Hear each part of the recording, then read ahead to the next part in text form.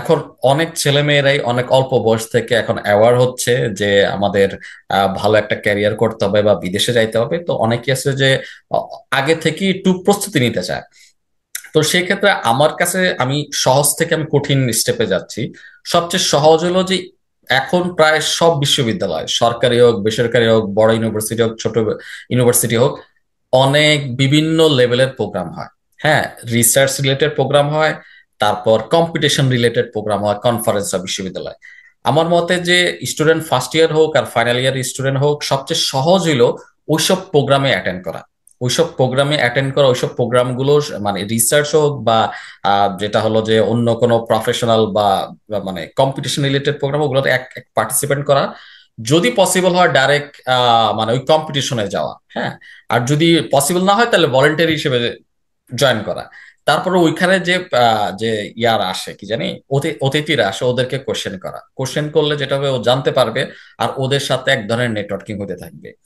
Second step হলো যে ওই যে ইউনিভার্সিটির ওয়েবসাইট গুলোতে কিন্তু নিজের ডিপার্টমেন্টের টিচারদের নাম থাকে, ইমেল অ্যাড্রেস থাকে, ফোন নম্বরও কিন্তু থাকে অনেক ক্ষেত্রে। এবং ওই টিচারদের কিন্তু রিসার্চ আইডিয়া, রিসার্চ ইন্টারেস্ট দেওয়া থাকে। এবং কিছু কিছু ইউনিভার্সিটির ওয়েবসাইটে ওই প্রফেসররা বা ওই অ্যাসিস্ট্যান্ট প্রফেসররা কি রিসার্চ করতেছে সেটার সম্বন্ধে দেওয়া থাকে।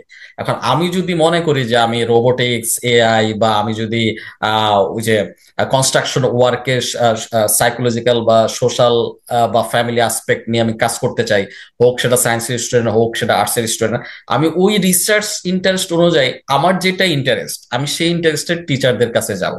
এখন আমি যে দেখলাম যে আমার অ্যাসিস্ট্যান্ট প্রফেসর সে এআই নিয়ে কাজ করতেছে, রোবোটিক্স নিয়ে কাজ করতেছে, আমারও সেম রিসার্চ ইন্টারেস্ট, আমি স্যারের স্যারকে ইমেল দিয়ে স্যারের সাথে একটা অ্যাপয়েন্টমেন্ট নিব, স্যারের সাথে ডিসকাশন করব, স্যারকে বলবো স্যার আপনি যে রিসার্চ করতেছেন আপনার রিসার্চ টিমে আপনি যে কোনো একটা পজিশনে আমাকে জাস্ট ভলেন্টিয়ার হিসেবে নেন।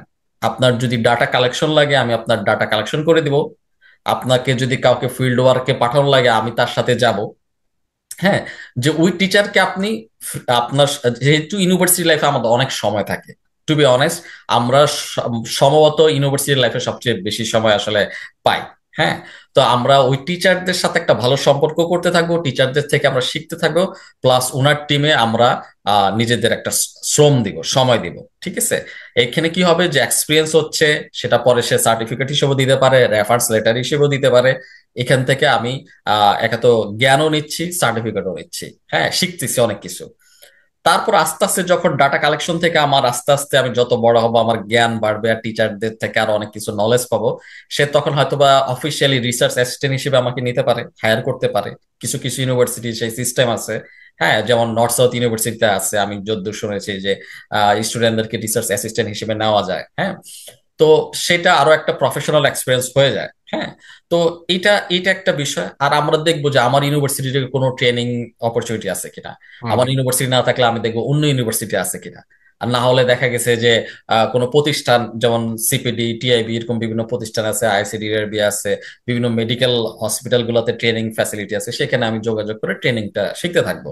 হ্যাঁ, প্লাস যেটা হলো যখন আমার ফাইনাল মানে আমি আরো যত বড় হব, যত ম্যাচুরিটি আসবে, তত ওই যে কাজ করা থেকে ছোট ছোট ছোট ওই যে বিন্দু কোণা থেকে আমার কি আস্তে আস্তে সাগর না হইলেও কি, নদী না হলেও কি একটা কুয়া বা পুকুর অ্যাটলিস্ট হবে, মানে একদম জিরো থাকার থেকে আমার অ্যাটলিস্ট একটা পুকুর তো হবে, সেই জ্ঞানটা। তারপর ওই যে টিচারদের রেফারেন্স থেকে আমি কোনো একটা রিসার্চ অর্গানাইজেশন আমি ইন্টার্ন হিসেবে আমি জয়েনও করতে পারি। হ্যাঁ, কারণ ওই টিচার আমি দেখছি, আমি বছরের পর বছর তার সাথে আমি ফ্রিতে অনেক কাজ করে দিচ্ছে।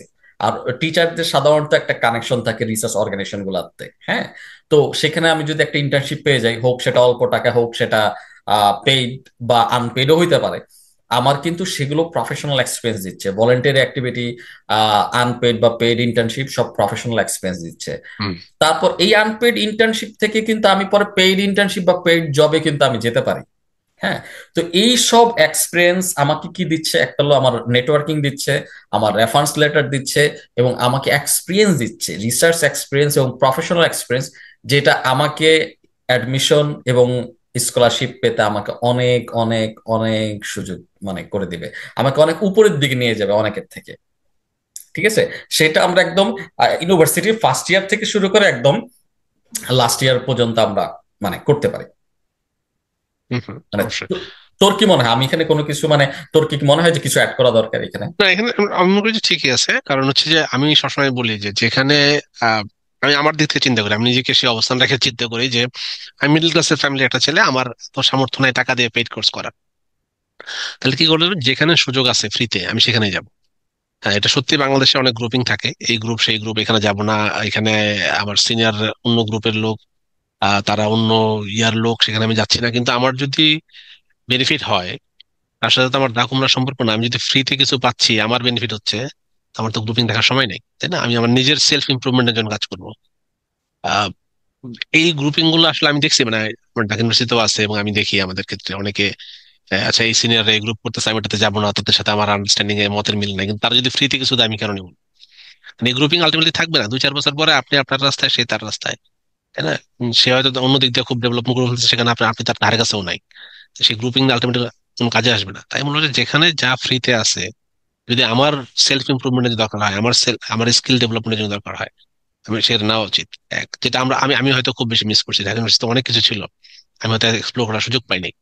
হ্যাঁ, আমার সুযোগ, বা আমি বলে সুযোগ ছিল, আমি নিই নেই আর কি, অনেক ক্ষেত্রে বিষয়টা এরকম। কিন্তু এখন আমি যেটা দেখি যে খুব ভালো দিক হচ্ছে যে আমাদের স্টুডেন্ট, আমাদের জুনিয়র যারা ছোট ভাই বোনরা আছে, তারা খুব বেশি এই সুযোগগুলো নিচ্ছে। তারা বিভিন্ন অ্যাসোসিয়েশনে যাচ্ছে, বিভিন্ন প্রোগ্রামে যাচ্ছে। যেটা হয় যে মানুষ কাজ করতে করতে শিখে, নেটওয়ার্কিং বাড়ায়। আমি একটা ওয়ার্ড বলছিলাম একটু আগে, যে র্যাপো বিল্ড আপ। একটা মানুষের সাথে আমি যত মিশবো, যত করে সে আমার সম্পর্কে জানবে, আমার কাজ সম্পর্কে জানবে, তার সাথে আমার সম্পর্ক তত ভালো তৈরি হবে, তাই না? যখন আমি একটা বিভিন্ন প্রোগ্রামে যাব, আমি যখন আসলে প্রোগ্রামে গেলে যেটা হয় যে, প্রথমত হচ্ছে মানুষের কথা শুনতে হয়। একটা মানুষ কথা বলতে, তার কথা শুনতে হয়। যে মানুষটা কথা বলতেছে, নিশ্চয়ই তার কিছু নলেজ আছে, নিশ্চয়ই সে আমার থেকে হয়তো ভালো কিছু জানে। এই জন্য আমি তার কথা শুনতে গেছি, বা তার কথা 10টা মানুষ শুনতেছে। যখন আমি তার কথা শুনবো, আশেপাশের লোকজন অনেকে প্রশ্ন করবে, সেখান থেকে আমি প্রশ্ন করা শিখবো, আসলে কিভাবে প্রশ্ন করতে হয়।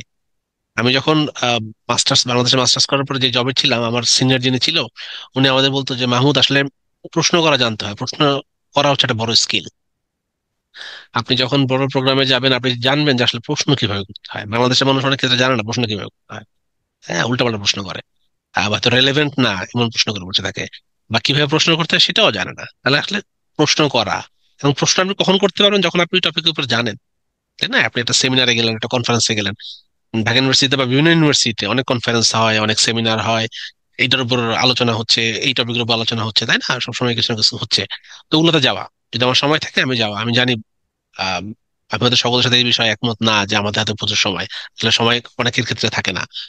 অনেকেই টিউশনি করায়, অনেকেই ব্যস্ত থাকে, কোচিং এ ক্লাস নেয়, সময় খুব কম থাকে। কিন্তু বের করা, যে আসলে কোথায় কোথায় ফ্রি কনফারেন্স হচ্ছে, কোথায় আলোচনা হচ্ছে, যদি আমার ইন্টারেস্টের সাথে মিশে, আমি চলে যাই সেখানে, চলে যাই, সেটা অ্যাটেন্ড করি। আমাকে কিছু প্রশ্ন করার দরকার নেই, প্রথম দিন আমি গেলাম, আমি চুপচাপ বসে থাকি, আমি অ্যাটেন্ড করি 3-4টা সেশন, আমি অ্যাটেন্ড করি 5টা সেশন অ্যাটেন্ড করি। 5টা সেশন যদি আমি আমার ইন্টারেস্ট টপিকের উপর অ্যাটেন্ড করি, আমার মনে হয় যে নেক্সট সেশনে গেলে আপনার অটোমেটিক্যালি প্রশ্ন তৈরি হবে নিচ থেকে, আসলে সে তো এটা বললো না, এটা কভার করলো না, তাহলে আমি একটা প্রশ্ন করি তাকে।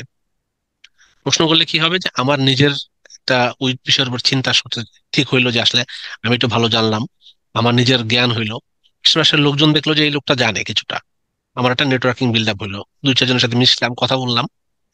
নেটওয়ার্কিং অনেক বেশি হেল্প করে, ঠিক আছে? যেটা